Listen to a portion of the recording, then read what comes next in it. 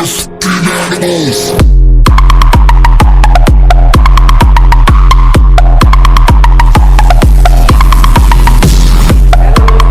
Next class की ओर चलते हैं। क्या दोस्तों, good evening, good afternoon, good morning. अपने अपनी वीडियो के कभी भी बना लेते हैं अपन। तो दोस्तों राधे राधे, जय श्री श्याम। तो दोस्तों अपना नेक्स्ट टॉपिक है वो क्या था, जहरवाद। क्या, जहरवाद। आज से क्या होगा कि मैं जो मेन टॉपिक है उनको बोलूंगा और जो इम्पोर्टेंट होगा उसको ही मैं जो अपने ब्लैक बोर्ड है उसके ऊपर बता दूंगा। तो आप लिखिएगा दोस्तों और मैं बोलूंगा, ठीक है। जहरवाद, जहरवाद क्या होता है दोस्तों? जहरवाद लंगड़ा, यह रोग लंगड़ा, बुखार, फड़ सूजन, जिसे चुरचिया नाम से भी जाना जाता है। क्या, चुरचिया नाम से भी जाना जाता है। कौन कौन सा? लंगड़ा बुखार, लंगड़ा बुखार जिसे चुरचिया नाम से भी जाना जाता है, और फड़ सूजन। क्या, एक और आता है वो होता है दोस्तों फड़ सूजन। इन दोनों से क्या बनता है? चुरचिया, चुरचिया नामक रोग। क्या दोस्तों? चुरचिया नामक रोग जो जहरवाद कहलाता। क्या दोस्तों? जहरवाद कहलाता है। उसके बाद दूसरा देखें तो यह दोस्तों तीव्र संक्रामक रोग है। किस प्रकार का रोग है?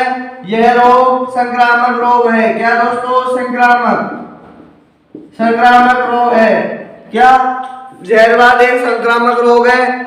और उसके बाद बात करें तो यह कभी कभी मुख्य रूप से भेड़ में भी पाया जाता है। क्या, भेड़ में भी पाया जाता है। भेड़ बकरी में। क्या, भेड़ बकरी में भी पाया जाता है। भेड़ बकरी में पाया जाने वाला भी रोग है। भेड़ बकरी में पाए जाने वाला भी रोग है। कौन सा रोग है ये दोस्तों? जहरवाद रोग। कौन सा रोग दोस्तों? जहरवाद। आगे अपन देखें तो यह है छोटी उम्र। छोटी उम्र क्या दोस्तों? 4 माह से 3 वर्ष के पशु। क्या, ज्यादातर कौन से पशु में होगा? जिनकी उम्र, उनकी उम्र क्या दोस्तों? 3 से 4 वर्ष वाले। क्या दोस्तों? 3 से 4 वर्ष वाले पशु होंगे। कौन से दोस्तों? 3 से 4 वर्ष वाले, जो भी क्या होंगे? भेड़ बकरी। कौन से? 3 से 4 वर्ष वाले भेड़ बकरियों में पाया जाएगा।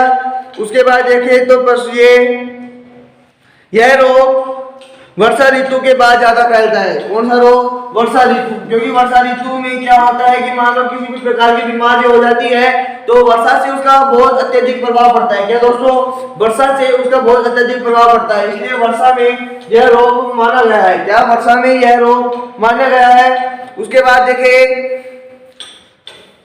इस रोग में शरीर के मांसल भाग। क्या, मांसल भाग विशेष रूप से कंधे व पिट्ठों पर गैस भरी सूजन पर आ जाने से पशु लंगड़ाने लगता है। कौन से रोग से दोस्तों? मांसल विशेष रूप से। क्या, मांसल दोस्तों लिखेगा, मांसल विशेष रूप से खट्टे पुट्टे रोग हो जाते हैं, जिससे क्या होता है? जिससे पशु लंगड़ाकर चलने लगता है। पैरों में क्या होता है? भारी सूजन भी आ जाता है, जिसे पशु लंगड़ाकर चलने लगता है। उसके बाद बीमारी फैलने के माध्यम। बीमारी फैलने के अगला टॉपिक डालो दोस्तों। बीमारी फैलने के क्या क्या माध्यम हो सकते हैं? बीमारी फैलने का पहला माध्यम है दोस्तों संक्रमित चारे पानी के उपयोग से इस रोग के बीजाणु आहार नाल में चले जाते हैं। क्या, संक्रमित लिखेगा, संक्रमित चारे पानी के। कौन सा? संक्रमित चारे पानी से भी यह रोग हो सकता है। कौन सा? जहरवाद रोग। घाव के माध्यम से संक्रमित मिट्टी व चारा के उपयोग से और कौन सा? संक्रमित मिट्टी व चारा है के यूज से भी। क्या, चारा के यूज से भी हो सकता है। कौन सा रोग? जहरवाद रोग। बहुत मोस्ट टॉपिक है।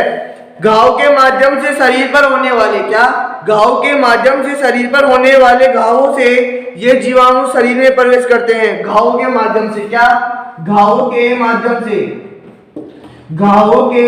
माध्यम से जीवाणु अपनी बॉडी में, अपनी कौन सी जो जीव है उसकी बॉडी में क्या करता है, एंटर करता है। क्या दोस्तों, एंटर करता है। फिर पेशियों में पहुंचकर मांस तथा पेशियों में पहुंचकर क्या, मांस तथा पेशियों में क्या, मांस तथा पेशियों में पहुंचकर यह अब संख्या में वृद्धि करते हैं। कौन सी, जीवाणुओं की संख्या में क्या हो जाती है, अत्यधिक वृद्धि हो जाती है। क्या हो जाती है, अत्यधिक वृद्धि। जब कब होती है, मांस और पेशियों में पहुंचने के पश्चात, जिससे ये विष पैदा करते हैं। इस विष यानी क्या होता है, जहर। जहर के प्रभाव से मांस तथा पेशियों की रेशे व रक्त कोशिकाएं क्या होती है, मांस व पेशियों के प्रभाव से रक्त कोशिकाएं क्या होती है, रक्त कोशिकाएं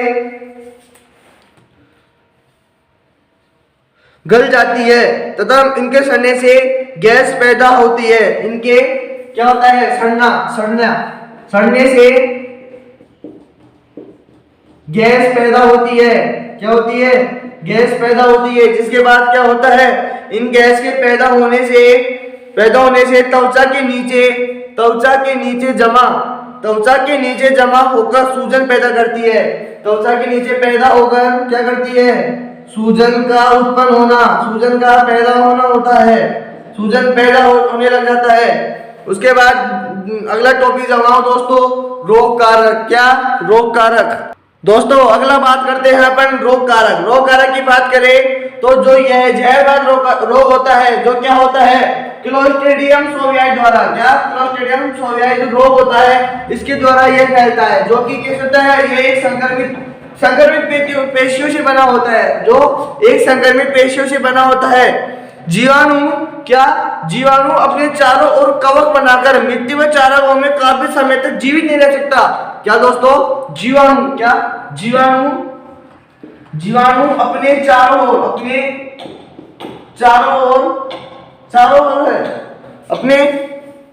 चारों ओर कवच बनाकर मिट्टी व चारागाहों में, चारों ओर कवच व मिट्टी में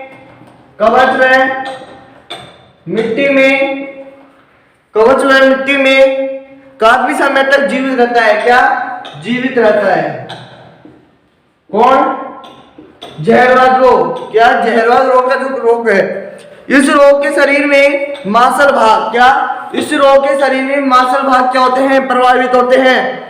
और जैसे कि गर्दन, कंधे व पुट्टे का मांसपेशियां, जैसे अपने पहले भी देखा था किसमें, इसके माध्यम में गर्दन, कट्टे और पुट्टे होते हैं, इसके माध्यम में भी होता है। इसके अगला पॉइंट है दोस्तों, रोग के लक्षण। क्या, रोग के लक्षण जमाइए। क्या, रोग के लक्षण। रोग के लक्षण में ये पहला पॉइंट डालिए। पहला पॉइंट है तेज बुखार, जो 104 से 106 फॉर तक होता है। क्या, तेज बुखार, जिसका तापमान क्या होगा, जिसका तापमान होगा 104 से 106, इसको बोलते हैं फटा होता है। दूसरा देखिए, कच्चे पुट्टे या गर्दन की मांसपेशियों, कच्चे पुट्टों या गर्दन की मांसपेशियां में सूजन आ जाता है। क्या, गर्दनों में क्या आ जाता है, सूजन आ जाता है। क्या दोस्तों, सूजन आ जाता है। उसके बाद देखिए अपन तो जो पहले गर्म दर्द वाली होती है, क्या, जो पहले गर्म दर्द वाली होती है, बाद में ये सूजन ठंडी व पीड़ा रहित हो जाती है। क्या हो जाती है, सूजन व पीड़ा रहित। क्या हो जाती है, सूजन व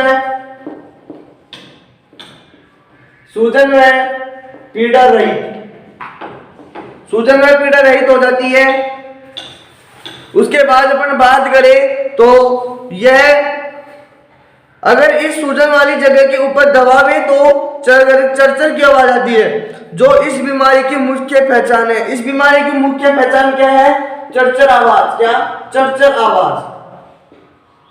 चरचर आवाज इस बीमारी की क्या है, मुख्य पहचान है। क्या है दोस्तों, मुख्य पहचान है। उसके बाद देखिए तो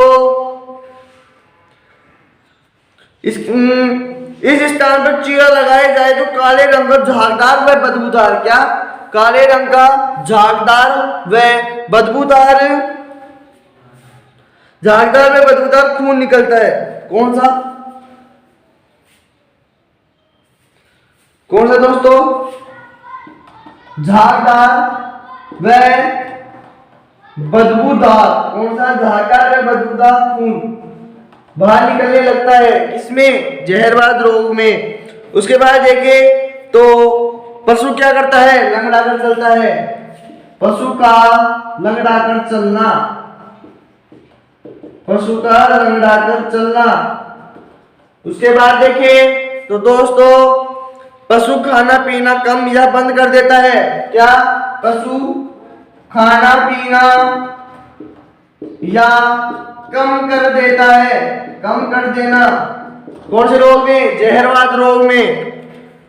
और शरीर के विभिन्न भागों में जकड़न, जकड़े क्या होता है? शरीर जकड़ जाता है, जकड़न होना, जकड़न का प्रारंभ होना, किसमें? जहरवाद रोग के अंतर्गत आते हैं ये सभी लक्षण।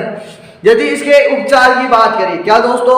अभी अपन ने इसके रोग के बारे में भी पढ़ा। क्या? रोग के बारे में पढ़ा। रोग के बारे में क्या पढ़ा?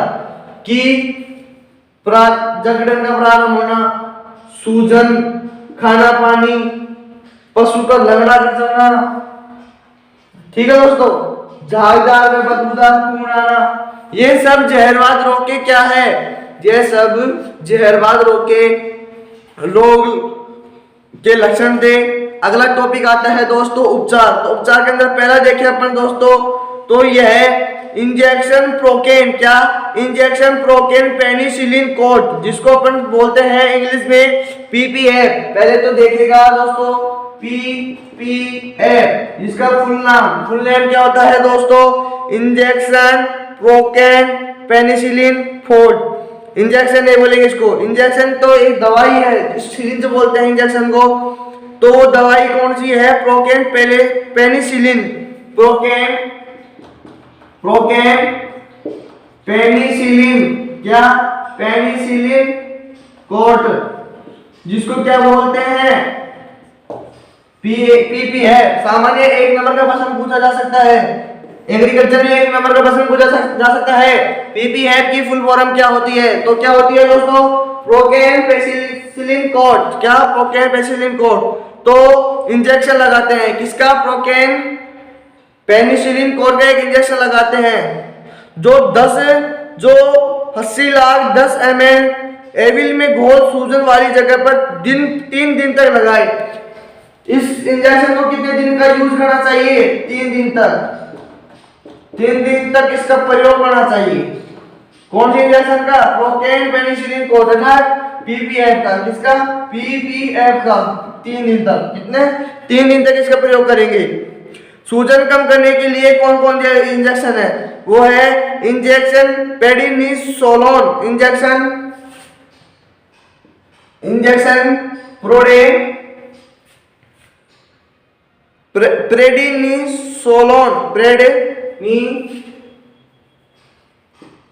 प्रेडिनिसोलोन, जिसका कितनी मात्रा में देना चाहिए इसको दोस्तों?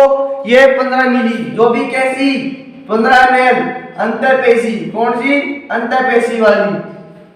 क्या दोस्तों? यदि जहरवाद रोग हो जाता है किसी पशु में, उसके ये सब लक्षण दिखते हैं, क्या इस प्रकार के लक्षण दिखाई देते हैं, और तो उसका अपन उपचार करेंगे। तो पहला तो क्या था कि पीपीएफ का इंजेक्शन देंगे। कितना? पीपीएफ का। दूसरा क्या था? इंजेक्शन प्रेडिनिसोलोन, जो अंतरपेशी 15 ml की मात्रा में, क्या 15 ml की मात्रा में देंगे। दूसरा इंजेक्शन होता है डेक्सोना, इंजेक्शन डेक्सोना, इंजेक्शन डेक्सोना। क्या? इंजेक्शन डोना। ये क्या होता है? ये भी एक 10 ml अंतरपेशी होता है। 10 ml इसकी क्या है? मात्रा। 10 ml की मात्रा अंतरपेशी अंतरपेशी की देनी चाहिए। हम बहुत तरीके कहते हैं, अंतरपेशी होती है, अंतःत्वचा भी होती है। तो क्या अंतरपेशी देना चाहिए? दर्द के लिए भाई, ये तो उपचार के लिए होगा। अब उसमें दर्द भी हो रहा है। क्या? दर्द भी हो रहा है। तो दर्द के लिए इंजेक्शन नीमोवेट 15 ml। क्या? नीमोवेट 15 ml की मात्रा में अंतरपेशी। ये भी कैसी होगी दोस्तों? अंतरपेशी। क्या? अंतरपेशी होगी। तो कोई दिक्कत नहीं जहां तक नहीं होगी। यदि इसके बचाव की बात करें, रोग से बचाव, क्या दोस्तों? अगला टॉपिक डालो, रोग से बचाओ। अगला टॉपिक डालिए दोस्तों, रोग से बचाओ। क्या? रोग से बचाओ। क्या दोस्तों? रोग से बचाओ। तो रोग से बचाओ में पहला पॉइंट आता है क्या दोस्तों? रोग के बचाव में पहला पॉइंट आता है क्या? पहला पॉइंट आता है कि प्रतिवर्ष जून माह में, बरसात का दिन कौन? प्रतिवर्ष बरसात जो जून माह में BQ 5 मिली का टीका जून माह में, क्या पहला पॉइंट है, जून माह में BQ का टीका जो भी कितनी मात्रा में, वो होगा दोस्तों 5 ml का। कितने का? 5 ml का। वापिस देखो दोस्तों, रोग से अपन ने बचाव पढ़े, उपचार पढ़े, अब क्या देख रहे हैं अपन? बचाव। मतलब रोग लक्षण देखे थे पहले, तो क्या है कि पहले जून माह में BQ का टीका जो कि कितनी मात्रा में? 5 ml की मात्रा में लगवाना चाहिए। क्या दोस्तों? 5 ml की मात्रा में। मर्द पशु को गाड़ दे या जला दे। क्या? मर्द पशु को, दूसरा पॉइंट क्या कहता है? मर्द पशु को गाड़ दे। क्या? गाड़ दे या जला देवे। क्या? मर्द पशु को गाड़ देवे या फिर क्या करे? जला देवे। क्या दोस्तों? मर्द पशु को गाड़ दे या जला देवे। नेक्स्ट पॉइंट क्या कहता है? स्वस्थ व बीमार पशु को अलग रखे। स्वस्थ व बीमार पशु को। क्या दोस्तों? तीसरा पॉइंट क्या कहता है? स्वस्थ व बीमार पशु को अलग अलग रखे। क्यों? यदि स्वस्थ है तो वो भी क्या होगा? अस्वस्थ। वो भी क्या होगा? संक्रमित हो जाएगा। संक्रमित से क्या होगा? बीमार हो जाएगा। बीमार पशु को स्त्राव आदि को जला दे, जो भी उसकी सामग्री है। बीमार पशु के स्त्राव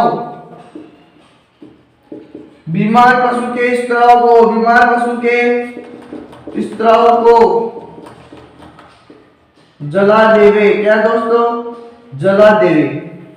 पांचवा पॉइंट क्या आता है दोस्तों? पांचवा पॉइंट आता है दोस्तों, पशु पाठशाला के साथ समय समय पर लाल दवा या फिनोइल से सफाई करे। क्या? समय समय पर लाल दवा या फिनाइल से। क्या दोस्तों? फिनाइल से सफाई करे। किसकी? पशुशाला की। किसकी दोस्तों?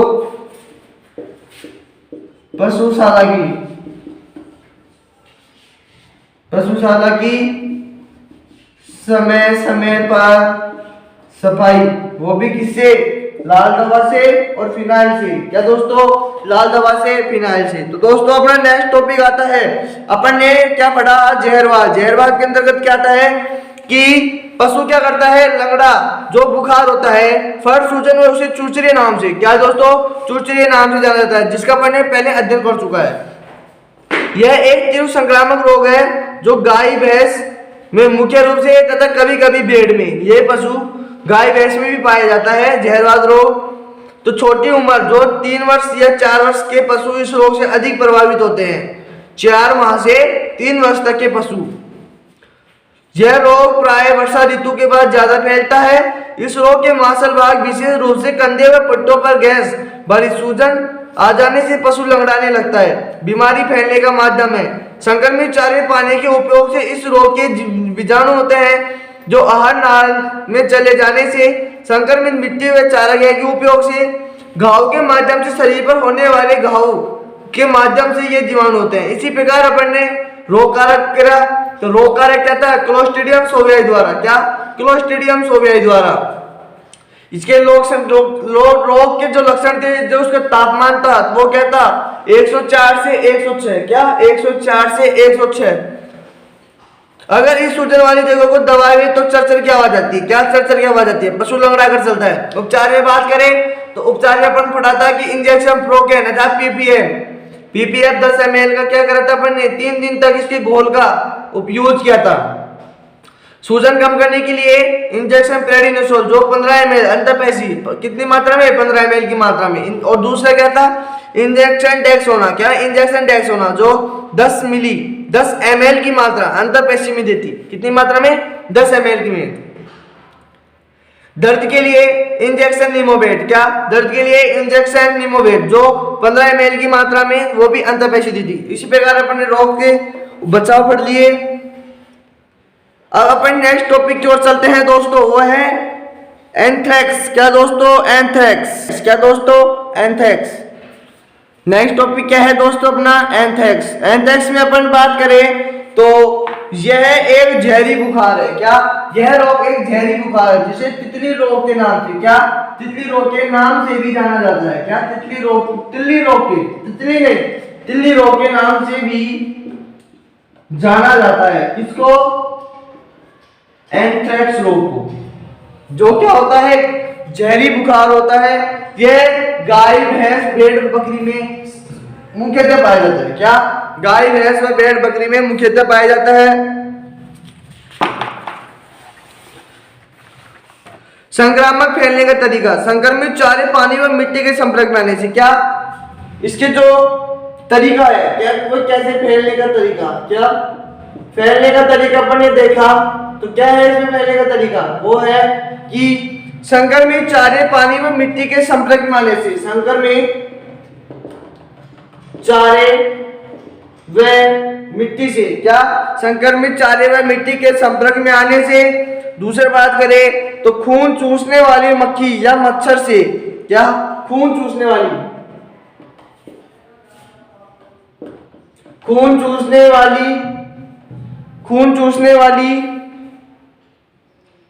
मक्खी या मच्छर, क्या, मक्खी या मच्छर से यह रोग होता है जो एक पशु से दूसरे पशु में पहुंचाते हैं, क्या, एक पशु से दूसरे पशु में पहुंचाते हैं शरीर में होने वाले घाव और चोट द्वारा, क्या, शरीर में जो घाव और चोट होते हैं जिन पर ये मक्खी मच्छर क्या करते हैं, जाकर बैठ जाते हैं, जिस प्रकार से उनकी जो बीमारी है और तरीके से तीव्र फैलने लगती है। संक्रमित मनुष्य द्वारा पशुओं में, और संक्रमित मनुष्य है जिनके कई बीमारियां रहती है तो वो भी पशुपालक होते हैं, पशु के पास भी जाते हैं तो उसे भी क्या होती है कि उनकी बीमारी हो जाती है। रोग कारक, यह रोग कारक क्या है दोस्तों, रोग कारक है बैसिलस एंथ्रेसिस, क्या दोस्तों, बैसिलस रोग कारक है इसका, बैसिलस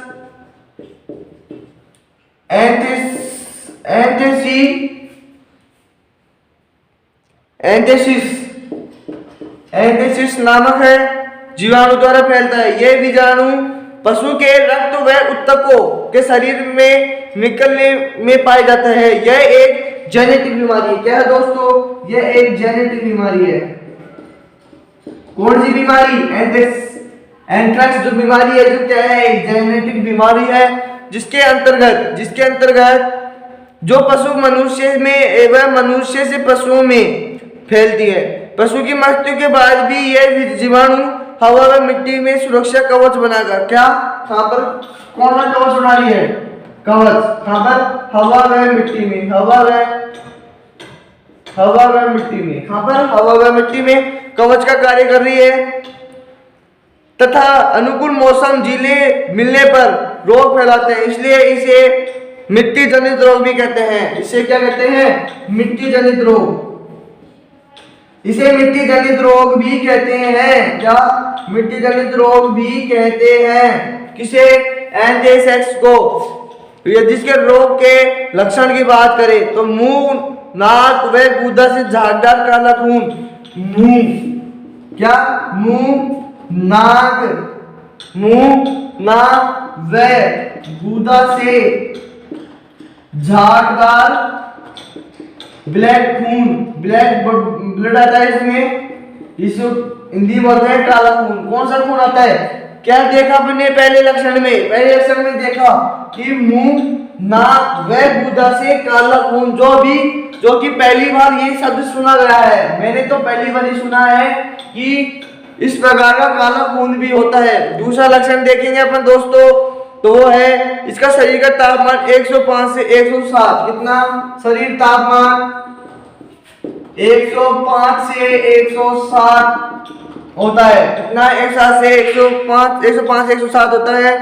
दूसरा है बीमार भेड़ों के पैर फूले हुए, सांस लेने में तकलीफ, जमीन या आड़ी पड़ी हुई, दांत किटकिटाते हैं, कभी कभी जीभ गला हुए अगले पैरों में सूजन आते हैं। कभी कभी जीभ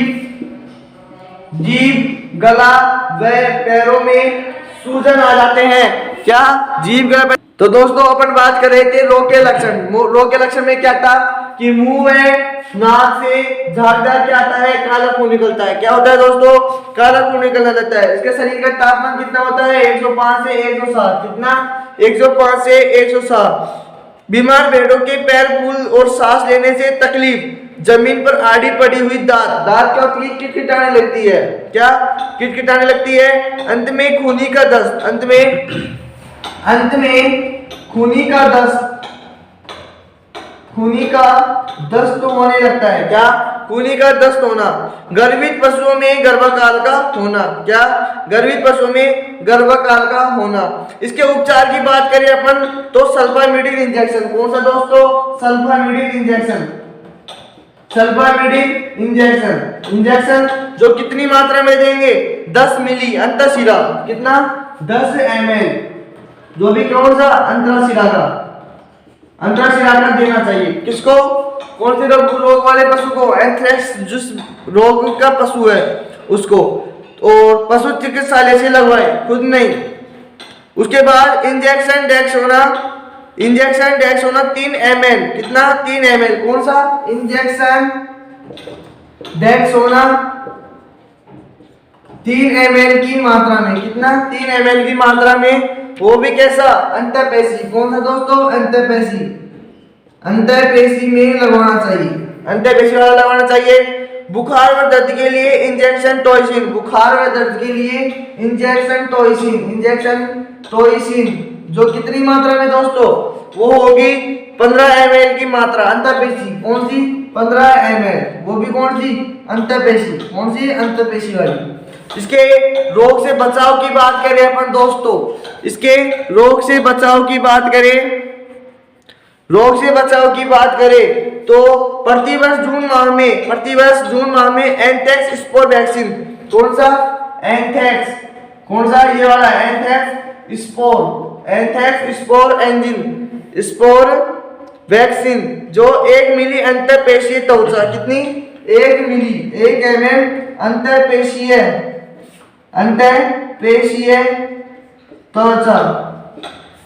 त्वचा वाली मर्द पशु को बिना खाल उतारे जमीन में, जब मर्द पशु मर जाता है तो जमीन में 5 फीट की गहराई में। कितना?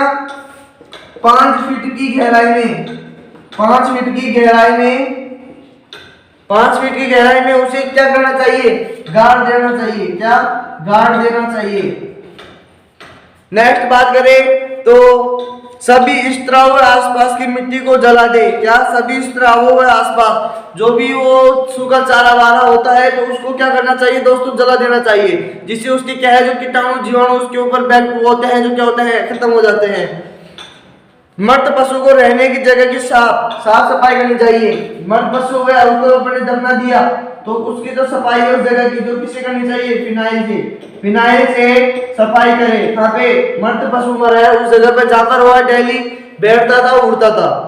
नेक्स्ट पॉइंट है रोगी पशु को स्वस्थ पशु से तुरंत अलग कर दे। क्या? रोगी पशु को स्वस्थ पशु से अलग कर देना चाहिए। यदि स्वस्थ पशु रोगी पशु के मध्य रहेगा तो आप सामान्य जानते हैं कि स्वस्थ पशु भी कैसा होगा? वह रोगी होगा, अस्वस्थ हो जाएगा। उसमें भी कई प्रकार की पीड़ा, कई प्रकार की बीमारी उत्पन्न हो सकती है। तो दोस्तों आज अपन ने क्या 2 टॉपिक पढ़े, एक तो जहरवाद और एक एंथ्रेक्स। कौन सा था? एक तो था जहरवाद और एक था एंथ्रेक्स। अब तक अपन ने 3-4 टॉपिक पढ़ लिए। एक तो था पशु प्लेग, पशु माता, दूसरा खुरपका, तीसरा जहरवाद, चौथा एंथ्रेक्स। तो दोस्तों आज के अपन वीडियो को एंड करते हैं। तो दोस्तों अपनी वीडियो जहां तक मैं आशा करता हूं कि वीडियो अच्छी लगी होगी तो ज्यादा से ज्यादा दोस्तों लाइक कमेंट और शेयर करो। क्या? लाइक कमेंट और शेयर करो और बेल आइकन भी दबाओ। अपना चैनल BSc डोसा। ठीक है, थैंक्स दोस्तों। तो इसी प्रकार सपोर्ट बनाए रखो। अपन अगले टॉपिक की बात करेंगे तो वो है दोस्तों क्या? गलघोटू। कौन सा? गलघोटू। इस पर अपन कल चर्चा करेंगे नेक्स्ट क्लास में। Thank you.